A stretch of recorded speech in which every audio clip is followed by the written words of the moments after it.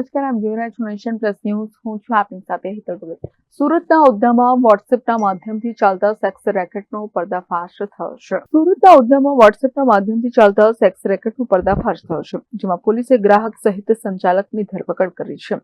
ખરવર નગર ખાતેના એક મકાનમાં સેક્સ રેકેટ ચાલતું હતું, જેમાં પોલીસે માહિતીના આધારે છાપો મારી આ સેક્સ રેકેટ ઝડપી પાડ્યું હતું, જેમાં સ્થળ પરથી સંચાલક હરીશ રૂગનાથ વાળાની ધરપકડ કરી છે.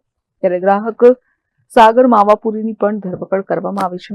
તો બીજી તરફ દેહ વેપારમાંથી મહિલાઓને મુક્ત કરાવી છે. સંચાલક હરીશ ગ્રાહકોને વોટ્સએપ મારફતે લલ્લાઓના ફોટા મોકલતો હતો, જે ફોટા પરથી ગ્રાહક પસંદ કરતો હતો. ત્યારબાદ તે લલ્લા અને ગ્રાહકોને પોતાના મકાનમાં બોલાવતો, જ્યાંથી સમગ્ર સેક્સ રેકેટ ચલાવતો, ગ્રાહકો પાસેથી કમિશન મેળવી લલ્લાઓ પાસે દેહ વેપાર કરાવતો હતો, જેમાં વધુ તપાસ સુદ્ધા પોલીસે હાથ ધરી છે.